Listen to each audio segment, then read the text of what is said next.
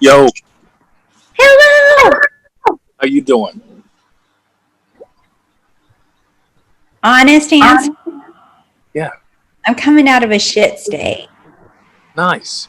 but I went for a walk and did something different and took my son's dog with me that I had to carry half the time. Nice. Yeah, but I understand what I'm doing. How are you? Oh, I'm amazing. Thank you. Of course, you're the hot tub. You're the little mermaid. Mm. I gotta tell you, there's something. So, at some point, tell me if you want this public or private. Uh, Okay. but no matter what, I'm going to tell you this. One of the things that I truly enjoy about you is you invite people to what gives life to the wonder of childhood. And that is such a healing, transformative gift and exploration, because when I talk to you and you go from being what you were to exploring what you are and becoming what you're choosing to be, it's pretty fucking fairy tale, right? Really, it is. Uh, And every fairy tale has a fucking shitstorm in it, doesn't it? yes. Yeah. Otherwise, we couldn't have a tale. It would just be happy. Yes. Not happy, happy, joy, joy, like you say all the time. Yeah, absolutely. It's like, let's just make life really fun, and in that we're going to have some really and a lot of fun, and eventually all the really's fun. This morning when I clipped at Victoria, it's like, God damn, I was in a shit fuck, and just that fast, and it's like, all right, let me deal with this and move into a much better dwelling place. Didn't take long, but it's like at any time, the big bad wolf can pop up. The thing is, what are we going to do? Yeah, I don't think it's anymore. It used to be about not wanting to be in a shitstorm or or feeling bad. Now it's more of how am I gonna handle it? Yeah, And time to get up. yeah, and noticing it. Like I can tell when I go into one. And I know, like today, I know exactly what I did. And it's when I'm not decisive, when I don't just nail it like the spear in their deer, I go down this rabbit hole. But when I'm decisive, it's just cool. Next, it's clear. It still might even be a little like unnerving or a little scary, Yep. but it's nevertheless you're moving forward, not stuck in the muck. That's the worst freaking feeling of the world, stuck in the muck. You get exactly why we designed into Triple D, why we put everything into Triple D. The Yeah. feminine without the masculine, you're just breastfeeding everyone's kids that show up, and some of them aren't good kids. Just to be blunt. Right. Yeah, feed the kids that you want to feed, right? I didn't get that the first time around in DDD. I remember scratching my head with it, going like, what the hell does this mean? And I was taking it literal, like, oh, the feminine. I was trying to play with it that way. And the second time in DDD, I'm like, no, I see I see what I'm getting out of it. And that's, you can't like pet and nurture and like, it's like petting the shit you don't want, expecting it to go away. Yep. That's There's how. layers and layers and layers to explore, and some people think that's shitty, and it's like, no. The more layer, as you keep peeling away the layers of you, there's so many adventures to take and discoveries, and what you take literal, you notice is metaphorical, and what you thought was metaphorical becomes literal. And oh my God, the dances of you. Yeah. Well, it took me, I don't know if it was yesterday or the other day.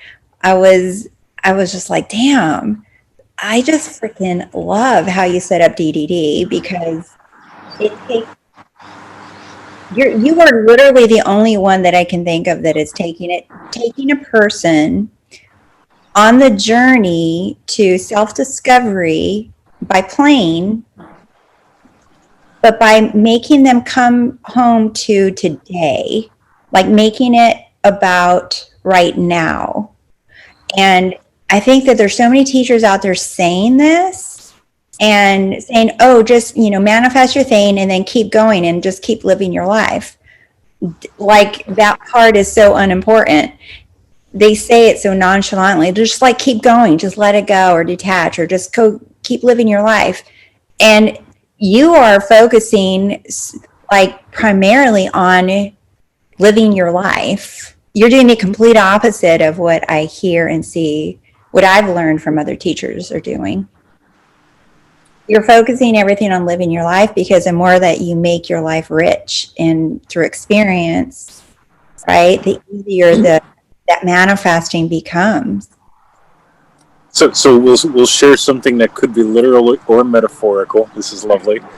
So what I notice is most people are teaching potatoes, and they want to take a potato and turn it into a smashed potato. Those are fun. I like smashed potatoes. On the other hand, I'm really into onions. I've managed to, up until the year of the loogie here, Dave was with me every week for like 12, 15 years or something. How do you have a client for 12 or 15 years that's not therapy? You do it by exploring layers of his onion for a decade plus, almost a decade and a half. Yeah. Fuck. And the only way I could do that with him is to do it with myself. So I don't want to smash myself into a new me. I want to keep peeling away the layers of the onion and explore who I am and how this works and what else do I give love to and life to, and holy moly, how much more fun is that than therapy? Oh my God. Yes. No. For me, that's why. And it's so funny because I got into therapy wanting to help people. That was my whole reason for selecting that career. You got it. I wanted to help people. And more specifically, before I wanted to be a therapist, I wanted to go to law school and wanted to be a public defender because I wanted to heal the little person. I wanted to help the people that were being screwed over because that just like lit a fire in me somewhere. But then I went to psychology. I'm like, I can still help people this way. But the more that I got into it, the more I realized I'm like, wait a minute, you can't help them if they feel like a victim all the time because it just kept them feeling poor and woe is me and sick. And something inside of me that from the beginning of my career is like, I cannot handle teaching people how to remain in their diagnosis, remain feeling little, helpless. Like, I have to go take this medication and I have to go see a therapist. I had people that came to see me that were in therapy for 15 or 20 years with the same therapist. And I would look at them and I said, what in the hell have you been talking about for 15 years? They've been smashing the potato. Yeah. In so many different ways. Yep. So for me, even like, recently leaving the therapy, right? It feels so like liberating to not see people like that anymore, not see people sick. That was the biggest thing that I let go is like, I don't have to see you sick anymore and I don't have to take insurance and tell insurance how sick you are so that I can get $97 an hour from them. Yeah. Like, no thanks, with all the paperwork and all the bullshit that went with it, just to collect $97. And I'm like, no, no. So you considered law to help the little people, and you've become the fairy tale doctor, Yes. and you bring out what's gives birth to child like wonder. Yes. Because that's the secret. Uh huh. That's the secret. That's why I'm so fascinated by anything that's fairy tale, because what a lot of people don't know about me is that I still sit around watching Cinderella movies and Snow White. I still watch all of those, not because I feel like I'm going to paint my toenails pink and play with glitter, but because when I watch them now, I Yes. see I see the layers behind it. Yes. It's a different story to me now. It's funny, isn't it? Because we claim that the stories are for the kids. I think they're for the parents who are forgetting, and for the grandparents who are on the cusp of remembering. You Yeah. know, because like at any time you could become a grandparent, and it seems like, yeah, don't cringe. Not yet. But statistically possible. And it seems to be like there's something that happens when this kind of quote energy, age, whatever the hell it is, invites us to go make, like maybe the fairy tale could be real. Yeah. Just maybe, just maybe, just maybe. Maybe it's not for the kids because the kids already know it, right? Yeah, they don't have to be convinced. They already know. In fact, the adults are the ones trying to unconvince them this isn't real. I feel like the pounding of, okay, watch these really cute cartoons and movies, but then as they get into school, now the pounding of that's not reality begins, and then it just keeps going and going until pretty soon you're just like, you know what, that's all bullshit. It's not real anyway. So let me ask you what's going to sound like an odd question. When did you start wearing glasses? When did I start wearing glasses? Gosh, I usually just wear them for the computer and reading. Probably like, God, like 8 years ago. All right. So you didn't wear them as a child. I did for a year. When was that? When I was in fourth grade, the teacher called my mom and said that they think that I need to be using glasses. Was because I would read a paragraph and I would have to read it like 2 or 3 times before I could understand. So it was about comprehension, not that I couldn't see. They thought that I couldn't see. So then I wore glasses for like an hour, for a year. And then I don't know what happened. I just stopped wearing them. But it was the comprehension. I wasn't understanding what I was reading. Right. How interesting. I find things like that fascinating because it's like, of course, they assume it's one thing, something serious, your eyesight. Right. And it's not something serious because you taught yourself to talk without knowing a language. You taught yourself how to walk without walking. I mean, you didn't walk before you walked. I mean, you just sort of mucked around a bit and you found your core and then you found your limbs, and next thing you know, they're going like, where the hell's she now? Let's get her back here. But it's so much fun learning how to walk and learning how to talk. And then we go to school, we go to Seriousville. Yes. And it's like, it's serious. I mean, we got to put glasses on her. It's serious. Yeah. She's just taking her time. She's dancing with the material, Yeah. God forbid it's boring and uninteresting. That's a whole nother conversation. It's a lot of the material's boring and how it's presented or what's being presented. I was always bored. Yeah, me too. High school, I took my own books to school every day. I read a book a day in high school. Their shit was boring. So I figured I can get straight B's without a problem and not pay attention and read my own shit. So, Right. Well, that was actually smart. yeah, it was brilliant. I mean, the teachers didn't read it.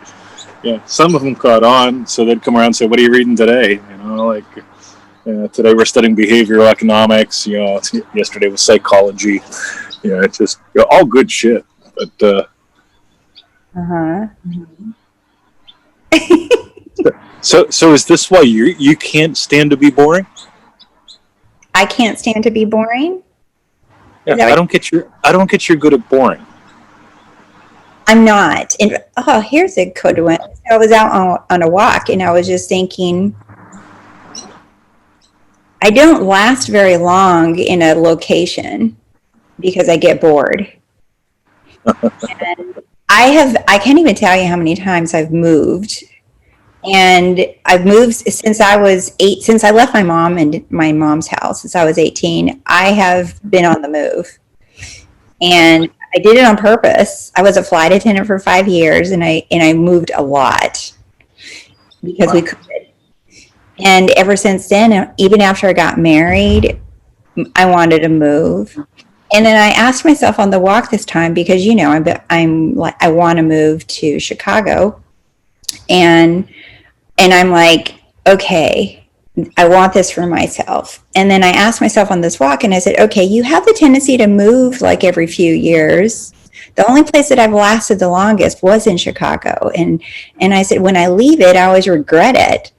And then I'll move around again because I'm bored. And I'm like, why are you wanting to leave LA? Are you bored? Are you running? Because I'm like, maybe it's just time for you to see what that is. Are you bored? Or are you running? Right? Because it doesn't matter where you go, there you are. And it's not the location. I'm bringing life into the location. Okay, I know that. So why are you bored? It's only because it's only ever us, and I'm not bored. I'm always doing something or getting into something. But the location can bore me sometimes. And I'm like, that's not a bad thing. I'm like, so what? So I'm bored by the location.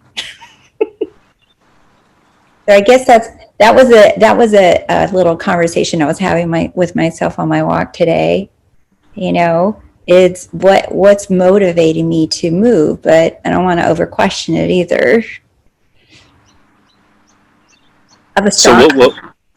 what will happen when you're in your next place?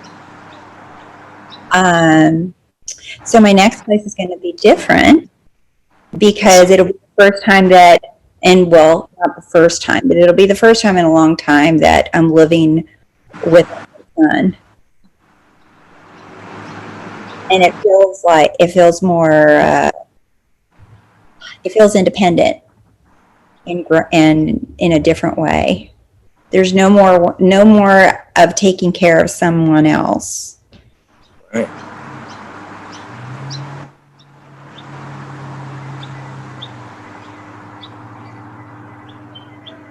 That's the biggest one. It's a lot of independence and no more taking care. And I'm not saying that it's a bad thing to care for someone or like your child or whoever. It's just different. The different. So who do you get to be? That's what I get to discover. That's what I'm already discovering it there because I already know it's 1 foot in already. And so that's who I'm becoming. It's funny. It's like literally I feel like there's a whole earthquake happening in my life at once. I shut my office up. I stopped practicing therapy. My son's moving out. I'm moving to a different city. I'm like, holy, everything is like, it's like the earthquake's happening. everything. And you live in California. Where we have real earthquakes. Right. That I sleep through. That's just a rockabye cradle when they happen. We had, it was, I think, my first year here, we had an earthquake. And Victoria and I were sitting on the lounge suite trading. And it was like somebody drove, those massive, I think they call them D50 dump trucks that they put on these massive construction sites. That the trucks are like the size of a house, right? And it sounded and felt like 2 or 3 of these went right down our street. And we'd look at each other like, what the fuck was that? Right? Like, who's driving that shit down our street, right? Well, of course, the next day I get online and I got like a dozen emails saying, you guys saw, right? Like, well, what? What are you talking about? Right? Here we had an earthquake. It was, the most substantial one that's been in this region for a long time. But it's like, oh, wow. Oh, yeah, that was an earthquake. Cool, man. Yeah. That's funny. I remember laying in my bed a couple months ago or a few months ago. It was this over the summer. And it's just a distinct feeling. Like I always wake up right before them and I can hear it coming. Yes. And I don't know, I always wake up right before it comes. And it's like a freight train you can hear coming. Yeah, nice. But one day over the summer, I was like, oh, we haven't had an earthquake for a while. And then I just, for a moment, imagine what it felt like to have one. I'm like, I kind of want to feel one. It's your fault. Uh-huh. And the next day we had one. And I'm like, okay. Nice.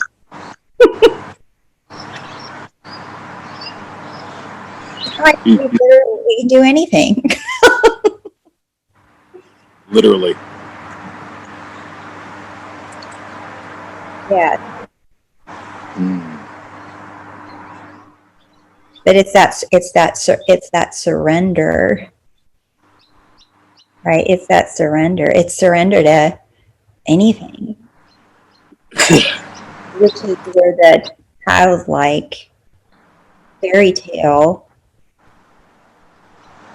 to me, like puts you into that place where you allow yourself just to kind of get swept off into imagination with a little effort because it just feels good.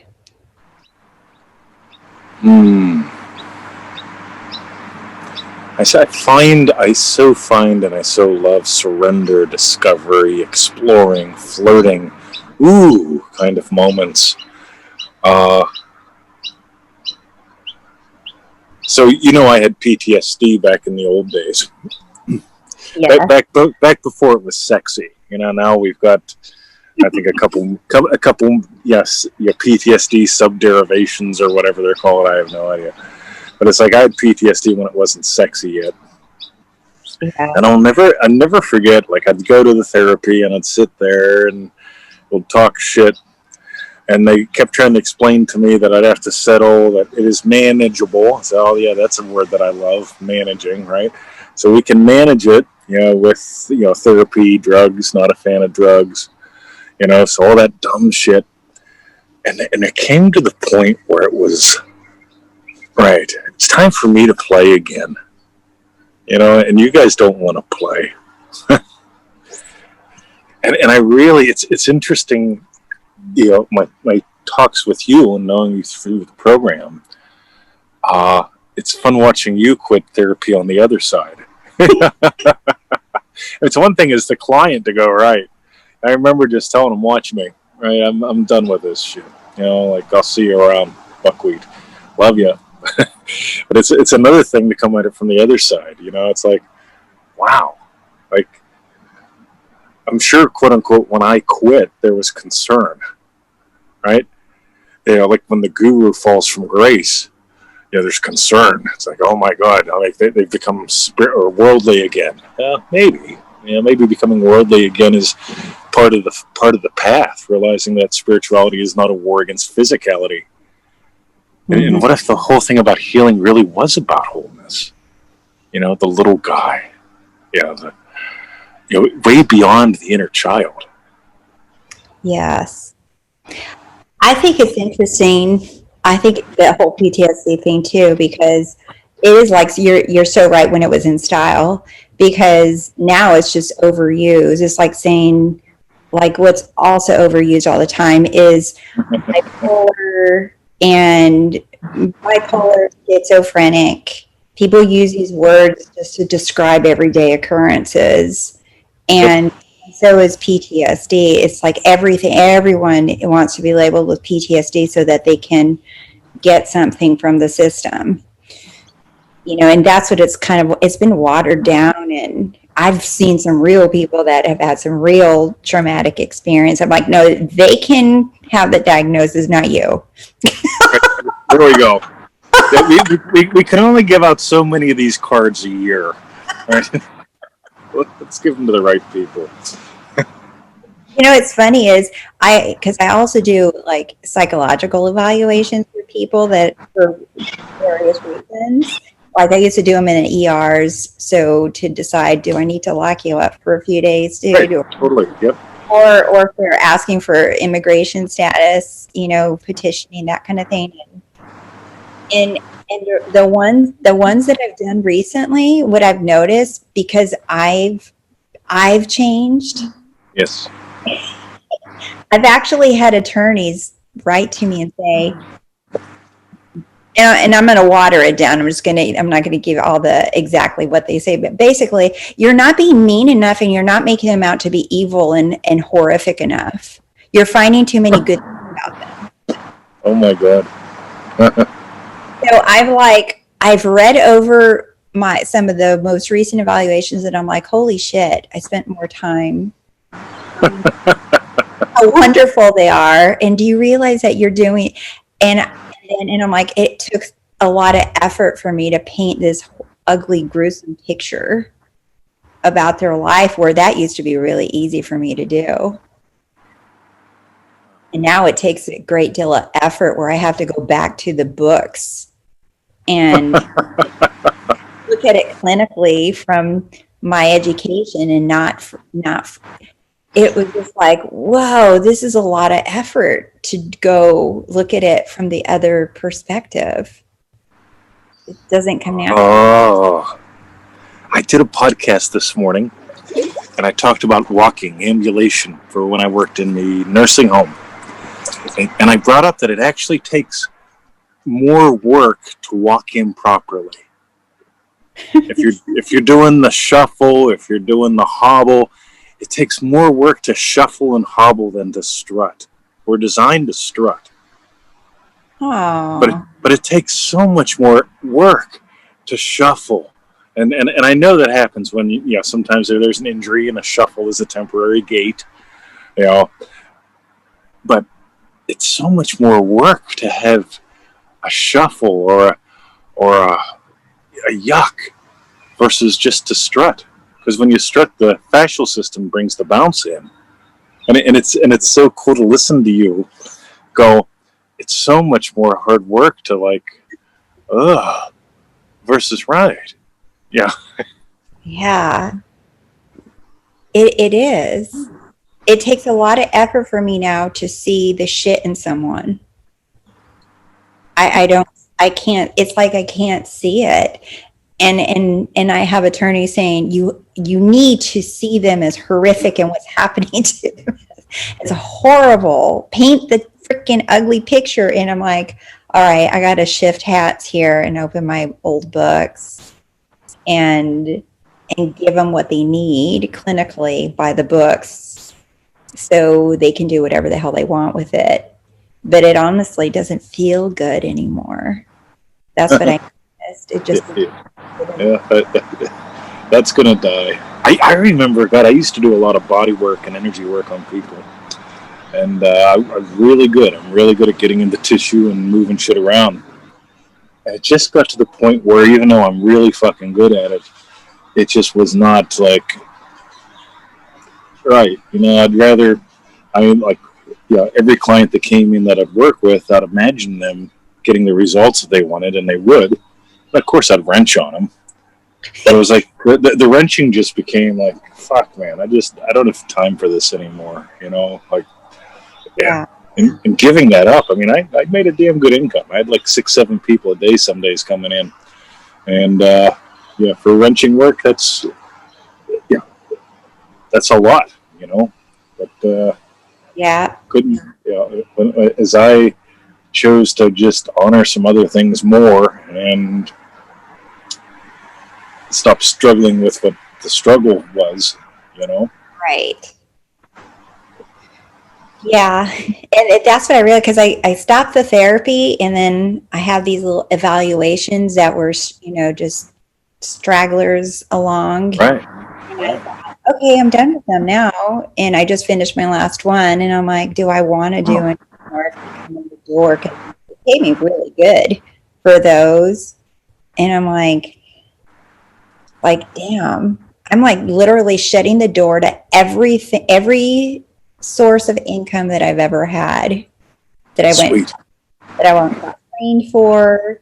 Like literally I'm shutting it all down. And to be the fairy tale doctor. So you're crouching low, jumping high, and soaring. Yeah. I mean, and thanks to you for, with your advice and your mentorship, but in the last, let's say 6 weeks, I've written that first ebook and I've done 6 courses already. Yeah. And they're all selling. As soon as I upload a course, someone buys it. And am I making enough to say, yeah, I can go live in Beverly Hills? No. Right. But I'm like, that's in 6 weeks. What I've done.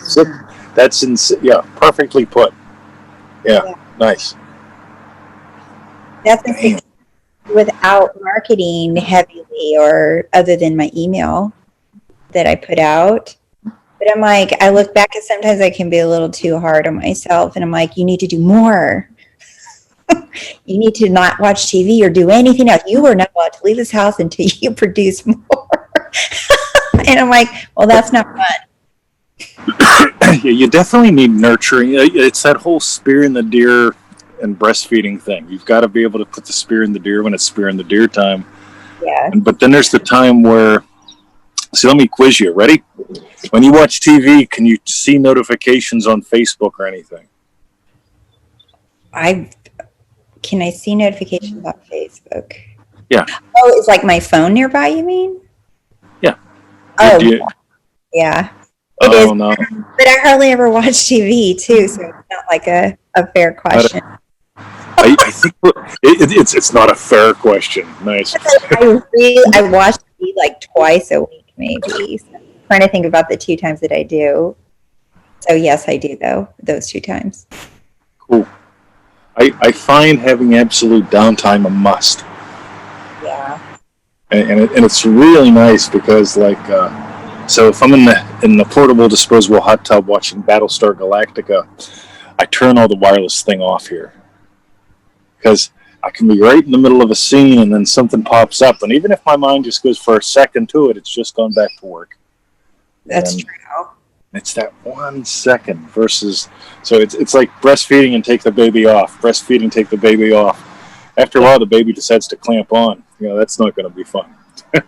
No, and it's so true because I always tell my clients too that all it takes is for you to grab onto that little loose thread off the sweater and you just pull it out, and before you know it, the whole it's unraveling.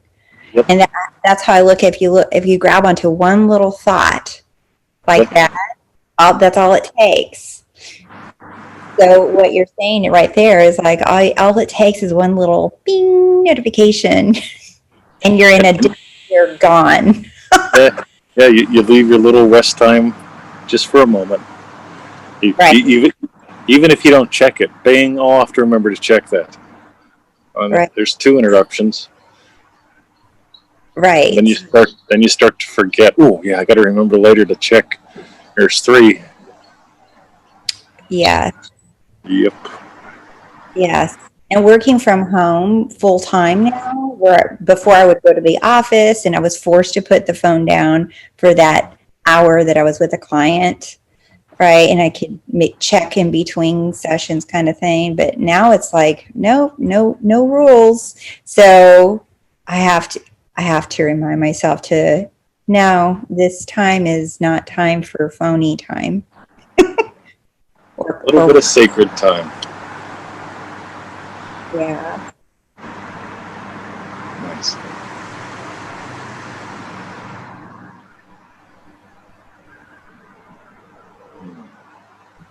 That's I think I posted about that today. It's something that I'm realizing more through doing the CBD lessons this time around is I wasn't really grasping the you gotta when you go in imagination, you go all out, right? Like make that time, that moment, whatever it is, minute, 3 minutes, that really rich, like you say, richness of experience, and like go full throttle, like think big, but then come out of it and then you got to float.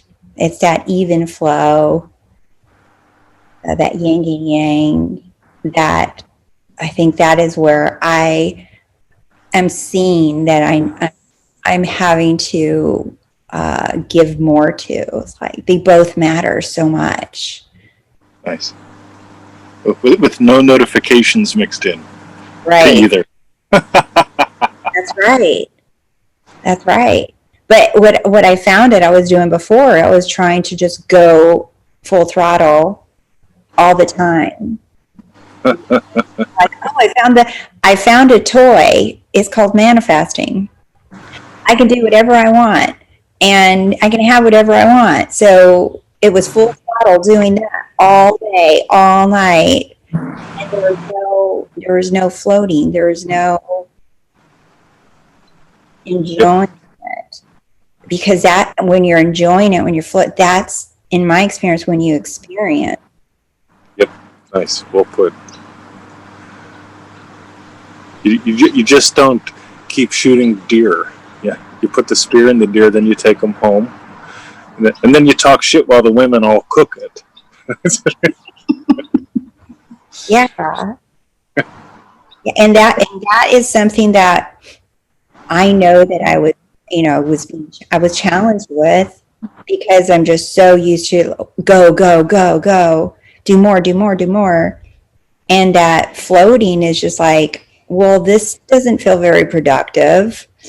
And this feels lazy, or this feels like it's like, wait, it's allowing. No, I can't. I have to have my fist on it really tight. I can't let this just sit there by itself. And that's that where I see the exhaustion came from for me, and the frustration was not floating. The fight. I think you get that out of the lessons, the fight. So I used to be an American, and when I came here, I did what Americans do. It seems like Americans have this thing about you get 2 weeks holiday a year, and then you push like hell, right? Mm-hmm. Then you get 2 weeks holiday, and then you push like hell, right? And so I came here, and in Australia, we don't do that. In Australia, it's like, oh, bloody hell, it's Christmas. Well, how can we shut our business down for 4 weeks, right? If I'm getting my car serviced this Monday, right after the call, right? So I'm taking my car in for a service, oil change, all that dumb shit, right? Because if I don't take it in now, it won't get in till late January. Because everybody who can shuts down their shit for a month here over Christmas, right? Yeah. And so 2019 to 2020, I've gotten really good at this. So when I first got here, and I'm pushing, and it's like, right, so I take 2 weeks off, and meanwhile Victoria's taking a month off because her boss shuts down the business for a month, so she's out in the garden, and I take off 2 weeks, but I'm back to pushing. And then I eventually get good at this, and I go, all right. So last year I took off a month. Actually, I took off 6 weeks And then I never went back. And then the loogie came, right? Mhm. And when the loogie came, I got this portable disposable hot tub, right? And so, and notice how it all ties together. How many times have I talked to you not from the hot tub, right? Yeah, Never. exactly. So one of the new rules is I get to float around and stretch and have fun while I'm doing what I do. Because even sitting on the comfy inside outside, which is an old sofa on the veranda that we share with the puppies, even though it's comfy as hell, it's an old suit, it's an old couch. You know how they are; they're just comfy, right? It's not pretty, but it is comfy. But it's like that's not enough anymore. What I really want, what I really need, is that nurturing float. Yeah. And it's been awesome because since I've declared that, not once have I had someone say, I won't do a session with you in the hot tub. They all think it's pretty cool because I'll tell them, look, right, we're going to hook up at 11. I'll talk to you from the hot tub, right? And it's just like, wow. Yeah.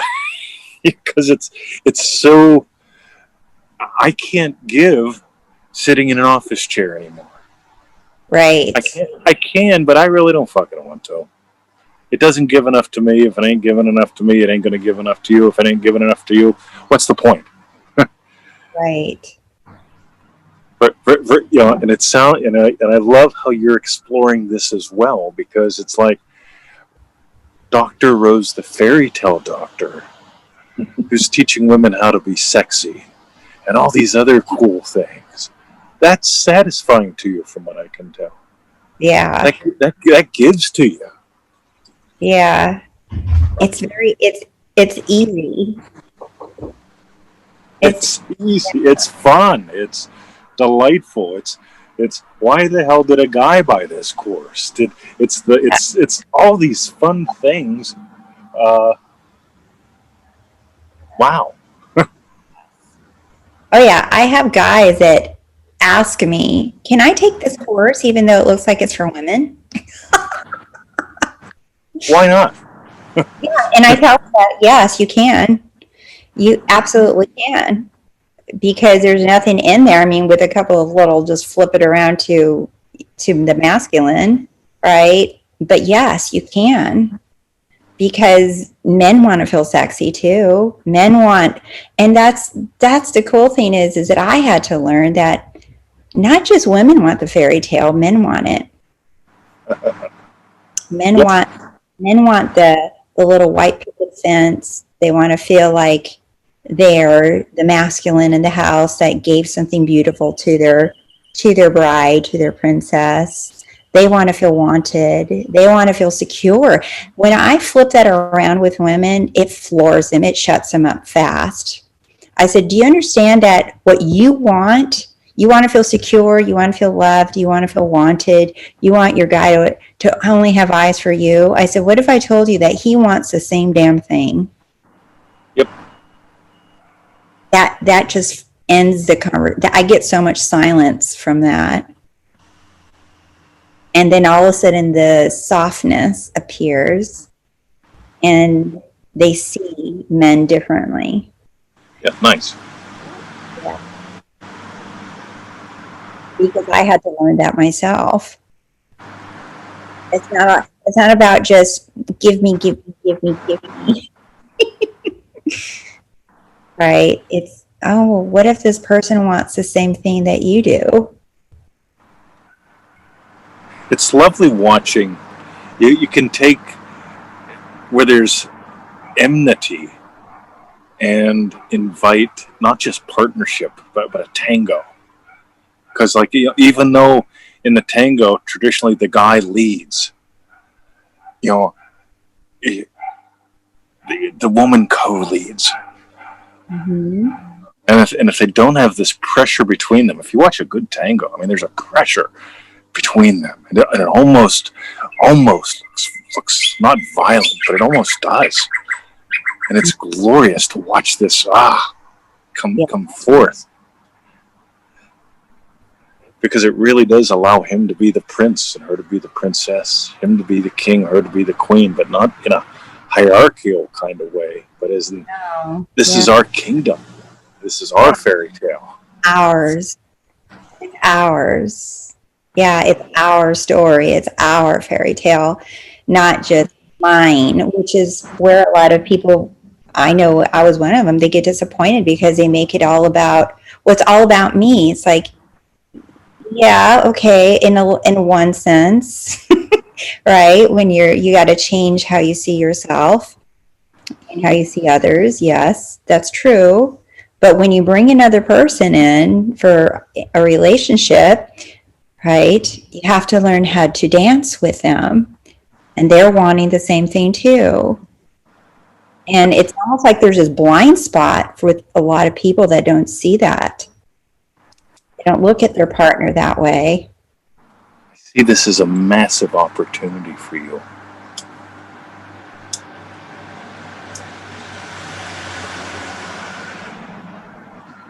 Because if they don't know how to flirt, if they don't know how to dance, if they don't even, they can't know how to because they don't know it's possible. Right.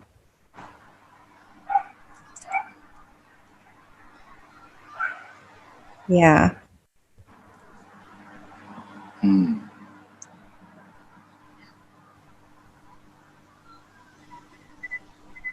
Yeah.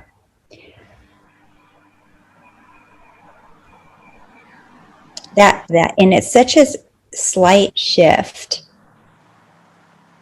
It's just a little bit different shift that makes such a huge impact that can soften anyone. I learned I learned a lot of those with you for myself, just like a little different. That's all you got to do, just a little bit different. Doesn't have to be major. Right. Doesn't have to be compromise. It doesn't have to be war. Yes.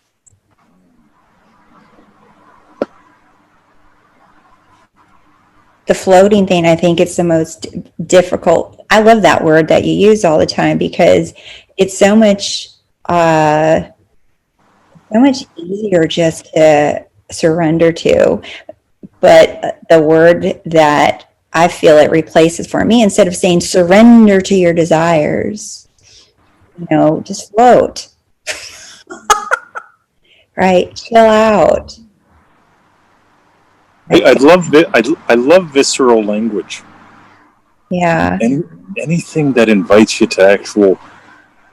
There's that little passage where Neville talks about imagining water in a stream, lovely cool water, and I forget what all he says, and he says something about drinking it in, Mm. and it gets so much more real. Like I drink out of these old whiskey bottles.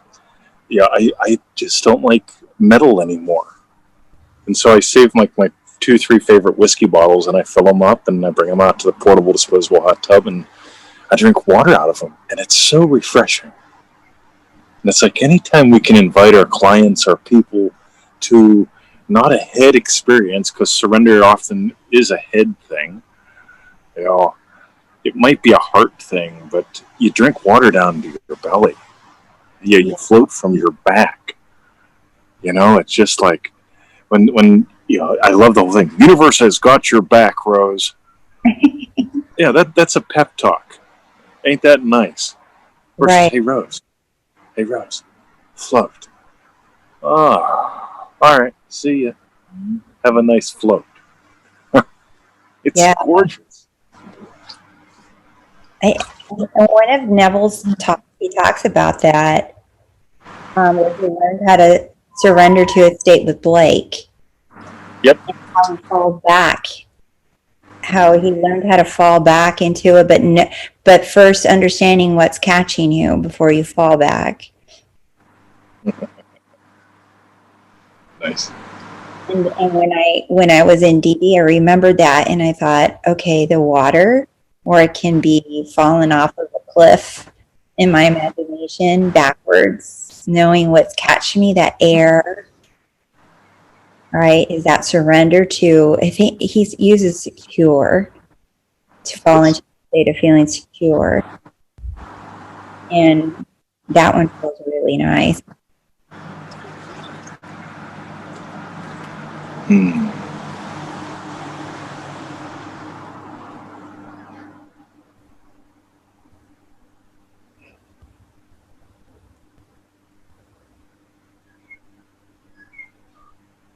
I really enjoy your current comfort with space. That's really grown within you since we've met. Yeah, I agree. It's funny because every quote unquote therapist I talk to or coach, they always talk about space, safe space, productive space. And they always talk about it like that. It's like that's not space, that's harsh. Yeah. And then they never shut the fuck up. They can't shut up. Right. Versus really a real safe space. When the lady wanted to manifest her husband and she had this real convoluted scene. And she's telling me about him, and because she likes to dance, she's imagining they're at a dance place and all that stuff. And what he's wearing and how he looks. He's tall, he's handsome. And I said, hey. I said, hey, when he looks in your eyes, what do you feel? And she was gone. And about a minute later, she paid me for like 10 sessions. We were working on love, all kinds of things, including the love bit. But she left me with 2 sessions. She said, I don't need you anymore. Give them to someone else. And I did. But it was the most delightful thing because she was married within the year. because she found the space to be in with the guy. Like I know some people think Victoria and I have these big heady discussions all day long. We do have some discussions, right? But more important than the discussions is we've got these yummy little meals. We've got these silent little times where we're just sitting with each other, or just looking at the dogs, or there. It's that space. Mm-hmm. Fuck, it's real. Well, it's something that a lot of people are obsessed with filling up the space with noise, any noise, any Anyways, they can possibly, music, talking, clearing your throat, coughing, sneezing, all kinds of stuff. People like to fill up the TV in the background, and I was uncomfortable with silence before, and now I know what's there. Right now I know what's there. First of all, we're never alone. And being still, that's when I ground myself. That's when it's like the touchstone place again, where I can transition. When I feel like too in my head, I'm like, okay, unplug, turn it all off. And when my mind's tempted to want to think or figure something, I'm like, nope, we're just not doing anything. For me, that's what works. my brother from another mother was an Ericksonian psychotherapist. Lovely fellow. Pretty well respected. And he pretty much, toward the end of his career, he discovered me in this. And he started he came to the realization that his job wasn't to listen, his job wasn't to diagnose, even though he had to do that, take a few notes every now and then. He discovered his job was to be okay in the space that we are, which allowed them to become okay within the space that they are. And then suddenly his people start getting better. It was nice because he decided at one point he just didn't want to work anymore. and a series of fascinating things happened, so he didn't have to work like the last 5 years of his life. But it was just a lovely little thing where, you know, after all that time, you tell me, for all these years, I've been doing this and doing that. Oh my God, oh my God, oh my God. Yeah. Yeah. Totally. It feels like a fight. I look back at all the training that I've gone through, all the classes, the degrees that I have, all the papers and the books that I've read, the research, everything. And not only that, but I actually got invited to go back and teach this stuff. Yep, I went back and taught this. yep. And, and I look back at all of it and I'm just like, damn. And I hate to say it, but it's like a big waste of time. When I get a lot of young people in my practice, I did a lot of teenagers, Wow. and some of them still reach back because now they're in college and now they speak to me on on a different level. But Right, right. yeah, and when they come all stressed out about the degree, I'm like, fuck it. I said, if you feel like dropping out and go to Uruguay for an hour and build tiki huts, go do it. Yeah, yeah, yeah. Nice. If you feel like changing your degree to be a painter in New Zealand, go do it. Yep. Because if you don't do that, you're going to be miserable. And I promise you, you'll figure it out if you just allow yourself to go with it. I said, but if you try to figure it out or please mom and dad with a degree, you'll be unhappy. And I say that to my son too. I used to want him to go to college and do this and do that to do what everyone else does and be the the good mom and guide him. And now I'm like, you want to be a rapper? Do it. Man. What do we need to buy you? Some more studio time? What you need? Nice. Very nice. Is he a rapper? Yeah. Damn. All right. Yeah, he actually has some really good music put out already too on iTunes and everything. He's got some good Oh, stuff. send me links. Oh yeah, I totally will. I totally will. But Okay. that's his dream. And the other day I heard I heard him on speakerphone with his dad, and his dad said, "I know that you want to be a rapper, but just in case it doesn't work out," he said, "just in case it doesn't work out, you could become a big writer, or you can go to school to be this and the other." And Bo says, "There's no plan B. Oh, This, nice. Very nice. this is it." And his dad said, "I want you to get your head straight. You see what's right in front of you? That's reality. Everything else is dreaming." And Bo said, "Well, then I want to be dreaming." Nice. I was like, my work is done here. That was a moment of satisfaction that I had of like, oh yeah, this kid's got it. Wow. Figured it out. Hmm. Yeah, that's a testimony. That's nice. Yeah. Yeah. It's scary to follow your dreams, and that's why I love the fairy tale. Because it's scary to believe that could that be true? Could I have everything that I want? It's scary. And the reason I know that it scares people and it scared me is because you're afraid if you go after it and you won't get it. So it's safer to play on the quote realism. I've never understood, and yet, of course, I fell for it before. Again, a loss is a loss. Choosing a loss deliberately sucks, and we've all done it.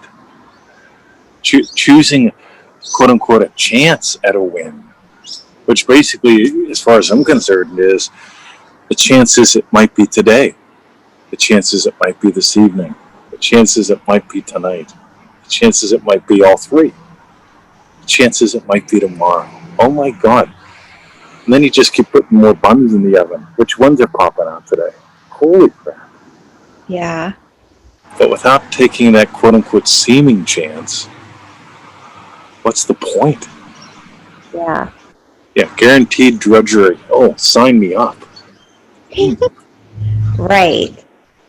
Right. Why it's if you're, and I tell people the thing too is like I love the law of assumption because it's easy to play with a linear mind with this. I'm like, you assume your whole life. Everyone's always assuming crap, but they're always assuming the worst. Mm-hmm. That's so easy. People assume the worst case scenario. Why? Right.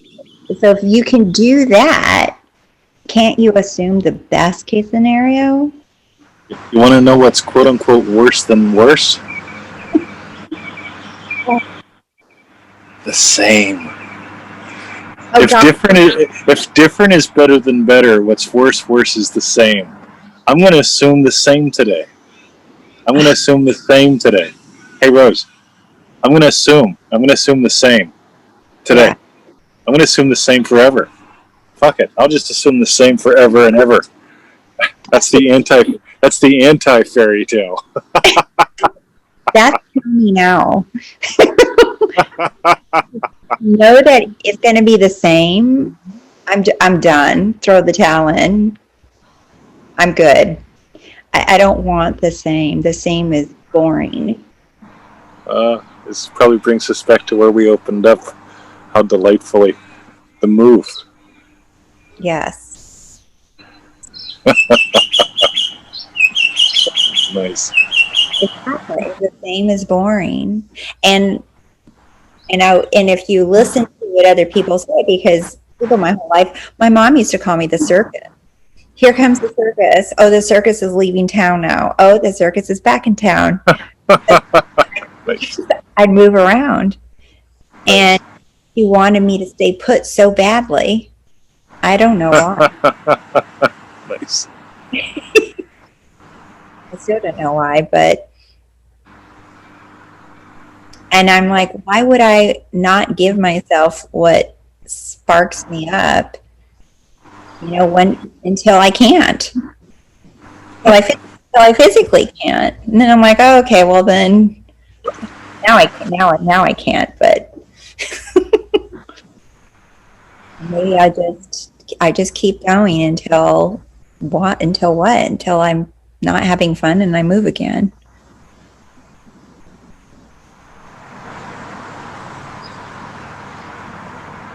Guess what time it is?